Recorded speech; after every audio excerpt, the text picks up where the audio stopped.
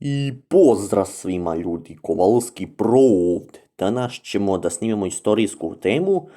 Pričamo da li ovaj šlem, kao što vidite na slici ovaj šlem, da li je to mongolski ili korejski šlem. Pa ajmo da počnemo. Ovo je moja četvrta istorijska tema koju snimam preko rekordera. Pa dobro, ajde, nema veze što ja snimam tu četvrtu istorijsku temu preko rekordera. Mislim što je moj četvrti istorijski klip koji snimam preko rekordera, pa imamo mi da počnemo. Triumphant, ili poznati šlem Triumphant, na srpskom jeziku sa engleskog prevedeno. Znači, sa engleskog na srpski Triumphant je šlem dinastiji faktora. Znači, pripada u faktor dinastija, znači. I legendarnog reritija. A spada u Star Chaser set. Pored Northern Lightsa, koji imate moj video na kanalu, kad sam snimao teoriju zavere o Northern Lightsu, a sad snimamo teoriju zavere o ovom šlemu. Da vidimo da li je ovaj šlem mongolski ili korejski. Pa da vidimo. Vidimo ovdje po izgledu kako malo to veličamo. Vidimo šta on ima tu posebno kod njega. Pa vidimo ovdje kao neke, vidite, kod neke kao linije, kao neke, vidite, kao neke oblike čudne. Ima ovdje gore su neke kao neke metalne pločice, neke baš bronzane ili čak i gvozdene pločice, vidite kako izgleda. Ovdje gore je malo zlatne ili bronzane, kako bi više tako deo bronzani. A ceo šlem je sigurno napravljen od gvožđa, pošto nemoguće da je od drveta, jer bio bi slabiji kad bi neprijatelj u Shadow Fightu 3 udario, bio bi mnogo biti skinuo health. Ovo je, znači, svi šlemovi su u Shadow Fightu 3 gvozdeni, znači gvožđa. Vidite ovdje, ovaj deo je kao nekako nije baš dobro, kao da nije dobro izbrušen, ili samo nisu imali u ovo vreme, kad su pravili ove šlemove u istoriji, nisu imali brusilice, pa su morali samo ovako da im naprave oblik. Vidite? A gore ima više neku kao plavu trakicu, kao neku plavu traku ili ne znam šta, neku zastavicu. I ovdje ima kao neki trozupčić mali, pogledajte ovdje kao neki mali trozubac. Šta je vidite, ima neki mali vrh trozupca, vidite. Ovaj u sredini kao neki mali vrh koplja, ali ovo više deluje kao neki trozubac. Ovo je oštrica, vrh trozupca. Stavljen. I napravljen je od gvožđa. Isto. Možda malo pozlačen, ali ovdje se to ne provaljuje. Da vidimo mi, da pričamo malo, da vidimo zašto je, da vidimo da li imamo mongolski šlem. Pa ovako, u istoriji Mongolije, pričali smo još od prošlog videa kad smo pričali o Džingis Khanu, pričali smo da vidimo da li je ovo tačno moguće da bude mongolski oklop. Mislim, ne oklop, šlem. Mongolci u istoriji su koristili krznene jakne. Pa kao Northern Lights, samo što nisu imali belu vunu, ali ovaj šlem mongolski ratnici su koristili kao sa tim jaknama i kapuljača i sa strane tih kapuljača je bilo krzno ili vuna, sad se ne zna od čega je, ali mongolski ratnici nisu koristili samo takve, neki su koristili ovakve triumfante, obično to neki konjanici rade.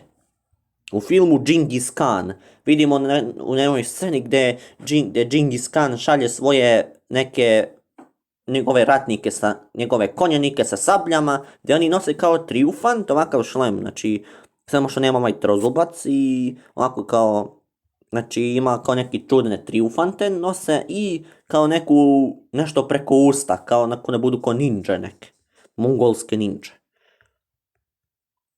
Inače, i onda oni napadaju tamo neke neprijatelje od brata Džingis Khana, napadaju one neprijatelje druge i da ih samo sabljama seku i uništavaju ih. Ali Mongolci su koristili u istoriji ratovanje koplja, sablje i luk i strele. I to je to jedno što su koristili. Jer mačeve uopšte nisu ni koristili. Mačevi nisu bili potrebni jer su sablje menjale mačeve.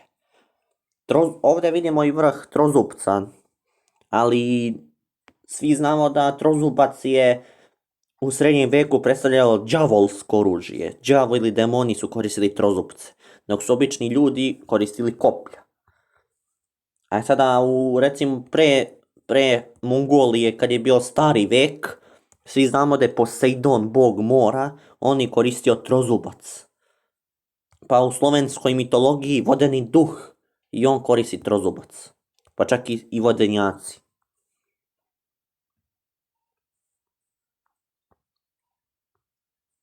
Ali u istoriji Mongolije, mongolski ratnici su koristili koplja. A luk i strele su i menjale za samostrele, pošto nisu htjeli samostrele da koriste, jer su mnogo opasniji sa samostrelima. A ako ne znaju da rukuju samostrelima, onda je još gore. Najbolje luk i strelama. Kao što su ratnici iz stare Grčke koristili luk i strele u puno ratova koji su bili, recimo, grčko-persijskim ratovima, pa tamo kad je bio Aleksandar Makedonski, tako nešto. A dobro, vidite, ovaj šlem je mnogo dobar, znači, on je jedan od mojih omiljenih šlemova i Shadow Fighter 3. Zašto? Zato što je blizu Northern Lightsa. S Northern Lightsom i Dragon's Roar sa Dragon Chakramsima stvara jedan dobar set. Imate na mom kanalu kad sam i taj set isprobao, to je Star Chaser set. Imate na mom kanalu kako sam izgledao sa ovim Triumfantom i Northern Lightsom. Dobro, da vidimo da li je, ako nije onda mongolski, da vidimo da li je korejski. Pa ovako, u Koreji, o Koreji malo znamo, pošto u istoriji Koreje, korejski ratnici su koristili luk i strele kao Mongoli, samo što su koristili na strelama su nosili kao neke male čašice, nešto kao zakače za strelu, da bi kad strela opali, kad nekog pogodi da pukne, tako neke male eksploziv su koristili. A svi znamo da je vatromet otkriven u Kini još. Ali korejski ratnici su koristili možda i katane, pošto i katane su ninja oružja. Japanci i Korejci su isti skoro. Ali možda korejski vladar vođa ili korejski kralj, ali ja mislim da korejski kralj treba da nam neku krunu. Nego je možda korejski vođa svih Korejaca u istoriji nosio ovaj Triumfant, koji je bio duplo isti ovakav, samo malo mu je vrh, ovaj gornji deo, vidite, kad veličam dobro ovdje, ovaj deo je bio malo uži i veći, znači bio mu je malo duži. I onda se to po tome prepozna i nije bilo ovakve boje kao mongolski, kao neka mongolska boja, nego bio neko kao crne boje, kao neke crne. Ali možda ovaj šlem i nije baš da je, možda su i obe države koristili, i Mongolija i Koreja. Kakve to veze sada se svi pitate, pa da vidimo čiji je ovaj najviše oklop, ne oklop, šlem pripada. Čiji je ovo šlem, da li je najviše korejski ili najviše mongolski. Pa dobro, u odnosu na to što možda i pripada obe, možda su obe države koristile ovaj šlem. Pa zašto baš obe države? Sad se svi ljudi pitate zašto baš obe države? Zašto su baš obe? Mora bude jedna od tih da su najviše koristili Triumfant. Pa verovatno jeste, pošto jedna od njih, možda ste u pravu ljudi, pošto neki od njih jesu koristili. Jedna od njih jeste koristila. Najviše Triumfant, dok jedna nije. Da vidimo da li je Koreja najviše koristila. Možda i nije. Pošto Mongolci su bili mnogo, vidite po ovom ovom šlemu, vidite ovo, viš kakva je boja, kao neka mongolska boja. Korejski su Triumfanti bili crne boje, znači. Dok su ovi mongolski Triumfanti bili onako kao braunkast. Ovo može potvrđuje da jeste iz Mongolije, tačno. Ali da vidimo čije je ovo najviše. Pa ljudi ovako, pazite. Mi radimo sa teoriju zavere, znači pričamo sve što detaljno. Pa ovaj šlem su najviše koristili Korejci. Znači Koreja je najviše koristila ove šlemove, ali vođa svih korejskih ratnika. Čak su možda i korejski ratnici koristili ovakve Triumfante, mongolske, ali i crne. Jer kakve veze to ima sada? Pa zato što je Mongolija blizu Kine, a svi znamo da je Koreja blizu Japana, pa tako da je Mongolija blizu Kine i Koreje, što možda i putevi koji vode do Mongolije. Recimo ako su Korejci htjeli da osvoje, da idu ka Evropi, Oni su morali da pređu Mongoliju, a do tada su mongolski ratnici mogli da vide da oni nose takve šlemove, pa i oni su posle prekopirali njih. Znači, kopirali su ih i nosili njihove šlemove. Ali samo što nisu crne, već su brown boje, da znači da je Mongolija u pitanju, a ne Koreja. A i oba naroda,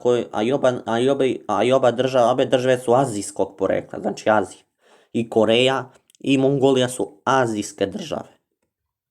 Pa tako ljudi, vidite, znači Koreja je više koristila oklope sa Mongolijom, samo što je Mongolija manje koristila, ali Koreja najviše.